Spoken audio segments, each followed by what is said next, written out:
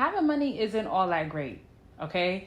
And I don't want to minimize the struggle of people who suffer from true poverty. But what I will say is that on the money spectrum, no matter what tax bracket you're at, you're going to have money problems. And I feel like we have enough representation for people who are struggling, who just got to make it and all things like that. But we don't have enough videos that discuss the middle class struggles, right? Because most people think if you're making above 50 or 60,000, like you should shut up. But I want to talk about some struggles that I have personally as a middle class person. So let's get into it. All right, let me just say I am not a millionaire yet. Don't play with my name. But I'm not a millionaire yet, but I will say that I feel like I'm, above average. As far as the median salary goes, I make like almost 5 times the median salary, right, in America.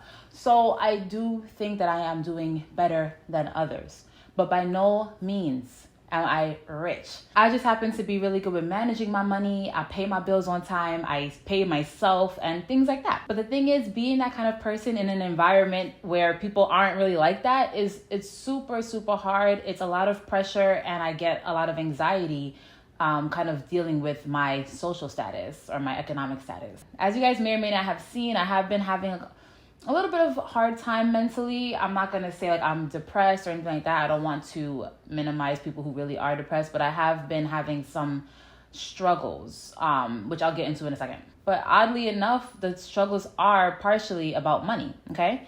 And my relationship with money and people. And let's start with the first thing that really causes me a lot of stress, and that is being responsible for people, right? Men, I do not know how you do it, okay? I can honestly say I do not find joy or pride in providing for people. I know that sounds bad, but I actually get a lot of anxiety, right? And I'll tell you what really flared that up in a moment, but having to provide for people is very hard, especially when you have created a very good lifestyle or a lifestyle that's super comfortable and you can't really go back from that, right? So, for example, I used to live in like this 1-bedroom dilapidated apartment. It was completely roach infested, okay? But it was my first apartment, big girl apartment that I was paying for by myself. And basically I had to take somebody in. And that's what I could really afford, right? Of course, I started earning more money. I was able to move into a more comfortable space, but this space cost me like literally more than double of that 1-bedroom apartment, right? And I need it. I'm happy I have it. Let's not get that confused, but it's expensive, right? And I have certain money goals that don't align with people around me.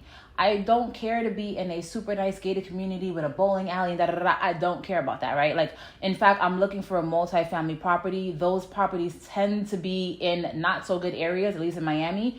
But I'm okay with that because I'm not planning to live there for a long time, right? So I have a different vision, and my vision doesn't really align with things, with people around me. And that causes a lot of stress for me because it's like, all right, well, I do like living here too, let's be honest.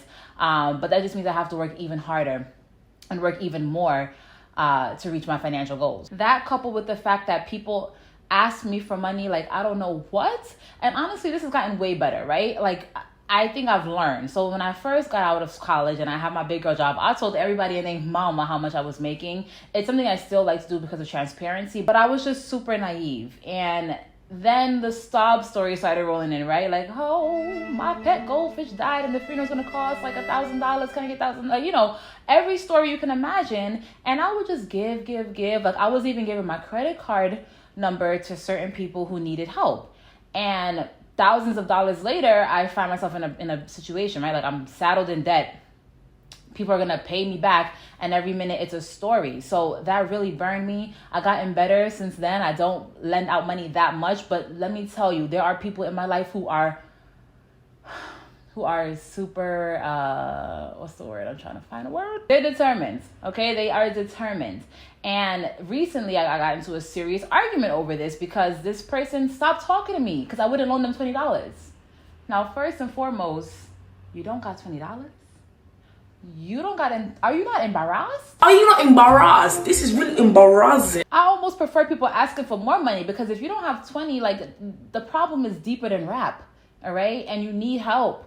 I don't want to enable you. And when I explained that to this person, they said, don't talk to me. I'm not telling you nothing about my life. Like all this stuff. And I was just sitting there like, no way. And you know what put the cherry on top? This mofo had the nerve to tell me, oh, you let money control you. No, mother, you do. It's my money. Like, the entitlement is effing real. People out here will literally act like you owe them something because you have made money and they're somehow entitled to it because of whatever family lineage. I don't give a fuck about that, okay? I don't. And people like that I've become more tougher with, but then there's other people who I have a soft spot for, and they may not necessarily ask me for money, but it's like you're dancing around it. You might as well just say, look, can I borrow some money, right? Like, because it's like, oh, I gotta get here and there, and I don't have a car, and I don't have any money. Like, I just don't know what I'm gonna do. And it's like, well, I mean, I'm sitting here on the phone with the money. Like, I kind of feel obligated to help you out, right? So I think some people know that, and they kind of use it to their advantage, and I don't like that. And touching back on that anxiety of people depending on me, as you guys know, Joe Biden has this mandate. He's requiring people to get vaccinated if they're federal employees or federal contractors. Well, my day job happens to be a federal contractor. So when I got that news, that's when I made this video that I'll plug up here. If this is the right side. I'll plug up here. But then I made that video because I was super pissed, right? Like, my anxiety flared up from that. Because while I do have savings that I could live off of for a little bit, I don't want to do that, right? The savings is for other things. I don't want to deplete that because I got fired because I'm not comfortable doing something with my body. And part of me was kind of like, okay, well, if I get fired, you know what? I could put more effort into my YouTube channel and things that I actually want to work on because I don't have the cojones to actually quit my job, you know? So I was like, maybe being fired would be a good thing. Now, I'm not saying that right now, okay? Because I don't want God, the universe, or anybody to get any ideas, all right? I need the job. But, you know, I was kind of saying, well, worst case, I would just really pour into this YouTube because I haven't been able to give it the attention that I want to. But the anxiety from that freaking thing killed me, okay? Thankfully, I was able to get past it because I had well-documented proof that about my stance on vaccines, and I had a religious exemption form and blah, blah, blah. The point remains. I had extreme anxiety because the thought of having to provide for multiple people with no job and YouTube, which honestly, I love YouTube, I love this, but it doesn't make a lot of money. I make like $1,000 a month. My expenses are like about $3,500 a month, right? Like almost $4,000 a month. I'm gonna be out of luck. And on the topic of careers, I don't know that I love being an accountant, right? I love being on YouTube and teaching people things about money that I know, teaching things about economics. I would love to create content around teaching the youth about money, you know, and creating curriculums for schools and things like that, and other ideas that I probably shouldn't be sharing, right? But those are things that I really love to do and passionate about, but those things don't pay well. And I've gotten so used to my salary at this point that, you know, if I want to make a career change, do I want to lose out on that salary? You know? And as I get deeper in the accounting career, I'm like, I don't know if I like this.